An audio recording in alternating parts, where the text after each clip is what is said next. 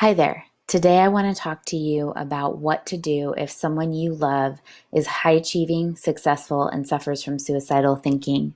This is how to save a life, even if it's your own.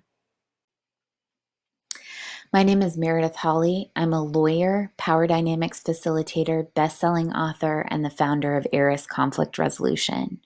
I help employees stop sexual harassment without quitting their jobs using the principles that I teach in this video. If you know someone struggling with suicidal thinking, encourage them to reach out. My phone number is 458-221-2671. My email address is meredith@erisresolution.com. That's MEREDITH at ERISresolution.com. I'm going to talk to you about the 6 principles I've seen be most successful to help people overcome suicidal thinking and stop it for good. The reason I teach the principles I share in this video is that early in my legal career, I was representing people who had been injured in car wrecks. I was representing employees who had experienced harassment and discrimination. And something that I noticed was that people who had experienced trauma often had suicidal thinking. I knew what this felt like because I had spent years of my life experiencing suicidal thinking. And so I started sharing with them the principles that I had learned, the tools that I had used to help me overcome suicidal thinking. In this video, I'm going to share 6 principles that I've learned that helped me overcome suicidal thinking and that help my clients do the same. I had client after client come to me and tell me that these tools had saved their lives. Now, these tools are not a substitute for professional help. They're not a substitute for counseling. They're not a substitute for seeing your doctor. And I encourage you to do all of that too. I am not a psychiatrist. I'm not a psychologist. I'm just someone who has experienced suicidal thinking in the past, and I know what helped me. And I want to share that with you to the best that I can. I needed to work with somebody in order to implement these principles myself, and I encourage you to do the same. The first thing to know is that you're not broken. Suicidal thinking is very common among very smart, successful people. If you experience thoughts about killing yourself, and even if those thoughts seem very smart and reasonable sometimes, it does not mean you're broken. I was a high school valedictorian, a Peace Corps volunteer, and I am a lawyer. And even while I was having these achievements, I experienced suicidal thoughts for years before I discovered the information I'm sharing here. Once I discovered these principles and this information, I was able to successfully overcome suicidal thinking and move on with my life and appreciate the achievements that I had. But one thing I had to learn was that there was not something wrong with me because I had suicidal thoughts, and the same is true for you. The second thing to know is that hidden thoughts are dangerous. When suicidal thoughts stay hidden, they can become a threat to us.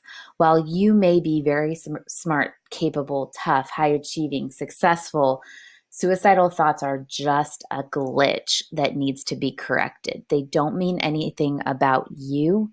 It just means that there's some kind of thinking error that is happening in your brain. It often seems dangerous to talk about suicidal thoughts, and we worry about what people will think about us. But actually hiding suicidal thoughts is like hiding a broken leg. It just gets worse and worse, and it festers until it can finally take us down. Like you would go to the doctor with a broken leg, you need to get help if you're having suicidal thinking. The third thing to know is that your brain is really good at saving your life. Our brains have evolved to be excellent at saving us when bears are trying to attack us. Our unconscious brains react more quickly than we can even observe to save our lives when we're under a real threat. But the problem has become that we almost never face an actual bear attack. When our brains don't have an external threat to save us from, sometimes they create an internal threat. This becomes suicidal thinking. The fourth thing to know is that you are not your thoughts. We often say things like, she is suicidal, he was suicidal, as though the suicidal thinking is part of who someone fundamentally is. And this is just not true. Thoughts are electrical impulses in your brain, and they become sentences when we become aware of them. Suicidal thoughts are sentences that your brain produces that are attacking you. They are not you, they are not who you are. The research indicates that the rise of autoimmune disorders is happening in the US because we have become so healthy. Our immune system don't have viruses to attack, and so they start attacking themselves just because they're so good at fighting immune problems. This is the same as suicidal thinking. You are not your thoughts, but sometimes our brains start attacking us because they're so good at saving our lives. The fifth thing to know is that you can train your thoughts to work in your favor. Your brain is functioning too well, and it needs direction if you're having suicidal thoughts. Give it work to do with those thoughts rather than trying to repress them. I use a system that looks like this to work with myself and my clients. Circumstances are neutral facts that everyone can agree on. So you identify the circumstance in your situation. Those circumstances can trigger the thought, which is the sentence in your mind about the neutral fact.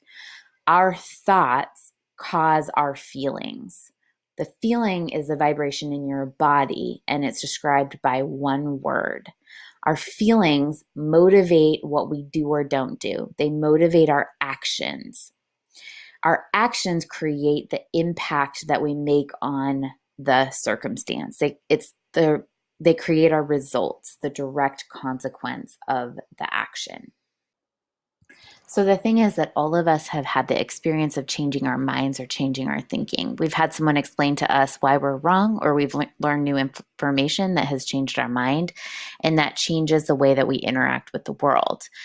There are always thousands of things we could think about any neutral circumstance. So I'm giving you this example of there's a desk. It's just a desk is a neutral thought about it. I love that desk is one thought we could have. I hate that desk is another thought. I can write on that desk. There are always thousands of thoughts available about any neutral circumstance. In this case, the desk is neutral. Each thought that we can choose comes with a different feeling. That feeling motivates a different action, and the action creates a different result. So I'm going to give you a few examples of those here. I love that desk. You feel love. I hate that desk. You feel hate, overwhelm, motivated, disgust. There are all of these options that we can choose. We often want to believe that it is the neutral circumstance that creates our negative thinking or even our suicidal thinking, but actually it is our thoughts, and that's good news because we can change our thoughts if we want to. We are in charge of our own thoughts. So I'm going to go back to the thought model that I was showing you before, and that is the model that says our circumstances, our external circumstances are neutral. Those are the neutral facts around us. And you always want to find that in order to decide what you want to think about it. Our circumstances trigger our thoughts, but they don't create our feelings, and they don't dictate the results that we're going to get. Our thoughts create our feelings, the vibration in our body, and our feelings motivate what we do or don't do in response to the circumstance. Our actions, what we do or don't do, create our results related to the circumstance. So often when we have suicidal thinking, we think they just don't like me, I don't matter, there's something wrong with me, things like that. Those are not observations, but we create evidence of those thoughts because our thoughts are so powerful, because they do exactly what this is saying. They create our feelings, they motivate our actions. Our actions then create evidence of the assumptions we already have.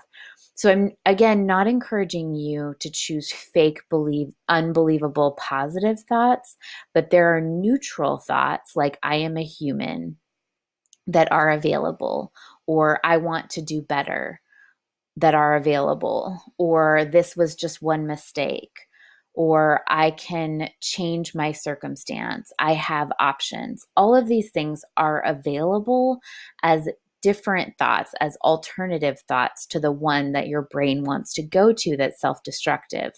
Our thoughts are not created by our circumstances, but our our thoughts do influence our circumstances when we choose them intentionally. Now, I hear you saying that I don't know your situation. I don't know what you've been through, or I don't know what you've done. And that your brain is reminding you over and over and over again about how bleak your situation is, or how you don't matter, or something negative about yourself, what you've done, what people think about you, and that you have a lot of evidence that things are hopeless. When you experience suicidal thinking or you're feeling hopeless, your thoughts and feelings are justified. You've found evidence of them, and I don't mean to undercut any of that evidence or say that it's not fair to feel hopeless or to feel depressed or discouraged and down on yourself. But the fact that it's justified is different than thinking that it's the only option. Even if one thought is justified, there are still other options. And when your thinking right now is not serving you, we know that there are other thoughts you could choose that would impact your situation in a way that you might want. You always get to keep your thoughts that you have now if you want them. But if you don't, then I just want to tell you that there are other options. And again, that is good news. So this brings me to the sixth and final thing you should know. You're not supposed to do this alone. Our brains are very convincing about what they want to tell us. And so when our brains are trying to convince us to kill ourselves, we need to have another person's brain look at what we're thinking. We need to have another person tell us where our thinking glitch is. It's hard for a computer to diagnose itself. You need diagnostic tools to find out where the glitch is in a computer. In the same way, you need an outside brain to see what is happening in your brain that might be a glitch that's leading to something destructive. So talk to a professional. Talk to me if you want to. My email address is Meredith, MEREDITH, at erisresolution.com.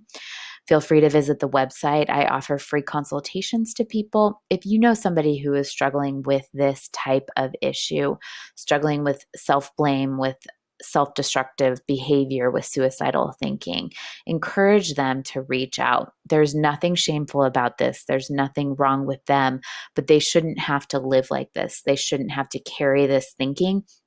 And when it stays in your unconscious brain, when it's not examined by your conscious brain, then this kind of thinking controls your life. It controls the impact you can make in the world, and it controls your experience of the world.